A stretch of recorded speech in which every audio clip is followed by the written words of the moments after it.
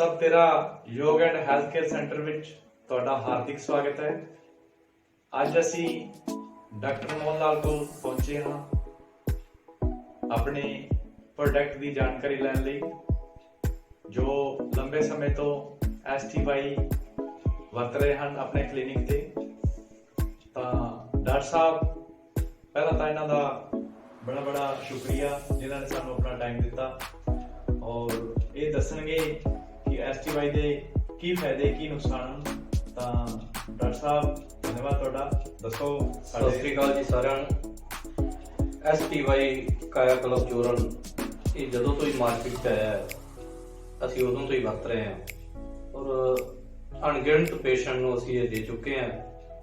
Patient ਜਿਵੇਂ BP ਕਿਸੇ ਦਾ ਵੱਧ ਜਾਣਾ ਜਾਂ ਘਟ ਜਾਣਾ, ਤੇਜ਼ਾਬ ਬਣਨਾ, ਥਕਾਵਟ ਹੋਣੀ, ਟੁੱਟ ਭੱਜ ਰਹਿਣੀ, ਜਿਵੇਂ ਮੋਟਾਪਾ, ਇਹੋ ਜਿਹੇ ਪੇਸ਼ੈਂਟਾਂ ਦੇ ਅਸੀਂ ਇਹ ਜਿਹੜਾ 100% ਰਿਜ਼ਲਟ ਲੈ ਚੁੱਕੇ ਹਾਂ। ਇਹ STY ਜਿਹੜਾ ਕਾਇਆ ਕਲਪ ਚੂਰਨ ਹੈ, ਇਹ ਬਹੁਤ ਹੀ ਜਿੰਨਾ ਹੀ ਕਿਹਾ ਜਾਵੇ ਉਨਾ ਹੀ ਸਲਾਹਯੋਗ ਪ੍ਰੋਡਕਟ ਹੈ। ਹਰਬਲ ਦਾ ਹੈ, ਕਿਸੇ ਤਰ੍ਹਾਂ ਦਾ ਕੋਈ ਵੀ ਇਸ ਦਾ ਸਾਈਡ ਇਫੈਕਟ ਨਹੀਂ। ਆਪਾਂ ਨੂੰ ਪਤਾ ਹੈ ਕਿ ਜੋ ਆਯੁਰਵੈਦਿਕ ਦਵਾਈ ਹੈ ਜੀ, ਹਰਬਲ ਦੀ ਦਵਾਈ ਹੈ, ਅਗਰ ਉਹ ਫਾਇਦਾ ਨਾ ਕਰੇ ਤਾਂ ਨੁਕਸਾਨ ਨਹੀਂ ਕਰਦੀ। ਔਰ ਇਹਦਾ 100% ਗਰੰਟੀ ਨਾਲ ਕਹਿ ਸਕਦੇ ਹਾਂ ਕਿ STY ਦਾ ਜਿਹੜਾ ਰਿਜ਼ਲਟ ਹੈ ਤੇ ਅਸੀਂ ਤਾਂ ਬਹੁਤ ਜ਼ਿਆਦਾ ਵਰਤ ਚੁੱਕੇ ਹਾਂ।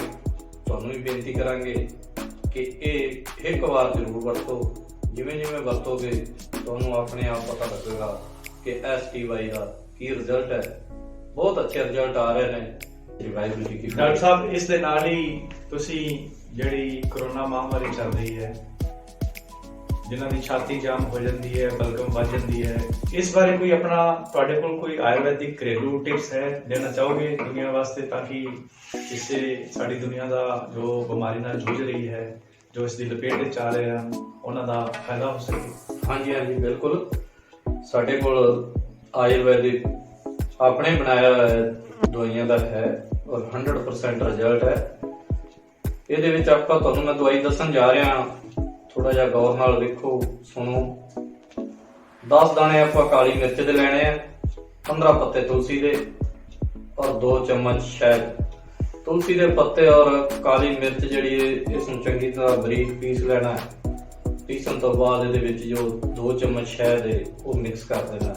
ਇਹ ਦਿਨ 'ਚ ਆਪਾਂ 3 ਟਾਈਮ ਉਂਗਲ ਤੇ ਲਾ ਕੇ, ਜਿਵੇਂ ਬੱਚਿਆਂ ਨੂੰ ਚਟਾਈਦਾ ਉਸ ਤਰ੍ਹਾਂ ਦਿਨ 'ਚ 3 ਟਾਈਮ ਚਟਣਾ ਔਰ 24 ਘੰਟਿਆਂ ਦੇ ਵਿੱਚ ਰਿਜ਼ਲਟ 100% ਮਿਲਣਾ ਸ਼ੁਰੂ ਹੋ ਜਾਂਦਾ ਹੈ।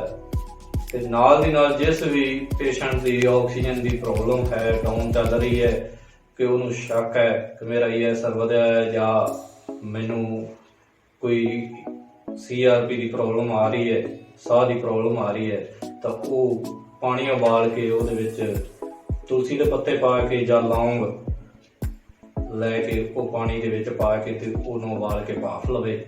ਦਿਨ 'ਚ ਘੱਟੋ ਘੱਟ 2 ਤੋਂ 3 ਵਾਰ ਭਾਫ਼ ਲੈ ਸਕਦਾ ਹੈ। ਤੇ ਇਹ ਦਵਾਈ ਹੈ ਜਿਹੜੀ, ਇਹਨੂੰ ਵਰਤਣ ਦੇ ਨਾਲ ਬਲਗਮ ਜਿਹੜੀ ਹੈ ਛਾਤੀ ਦੀ, ਉਹ ਫੇਫੜਿਆਂ ਤੋਂ ਬਾਹਰ ਆਉਣੀ ਸ਼ੁਰੂ ਹੋ ਜਾਏਗੀ ਔਰ 24 ਘੰਟਿਆਂ ਦੇ ਵਿੱਚ ਜਿਹੜੀ ਉਹਦਾ ਰਿਜ਼ਲਟ ਵਿਖਾਉਣਾ ਸ਼ੁਰੂ ਕਰ ਦੇਗੀ। 100% ਰਿਜ਼ਲਟ ਹੈ। ਕਰੋਨਾ ਨੇੜੇ ਵੀ ਨਹੀਂ ਖੜੋਵੇਗਾ। ਜਦੋਂ ਫੇਫੜੇ ਸਾਫ਼ ਹੋਣਗੇ, ਆਕਸੀਜਨ ਸਹੀ ਚੱਲੂਗੀ, ਕਰੋਨਾ ਦਾ ਨਾ ਹੀ ਖਤਮ ਹੋ ਜਾਏਗਾ। ਧੰਨਵਾਦ ਡਾਕਟਰ ਸਾਹਿਬ। ਇਸ ਵੀਡੀਓ ਨੂੰ ਵੱਧ ਤੋਂ ਵੱਧ ਸ਼ੇਅਰ ਕਰਿਆ ਜੇ ਚੰਗੀ ਲੱਗੇ ਤਾਂ ਕਿ ਜੋ ਵੀ ਮਹਾਮਾਰੀ ਨਾਲ ਜੂਝ ਰਹੇ ਹਨ ਇਸ ਦਾ ਫਾਇਦਾ ਉਠਾ ਸਕਣ।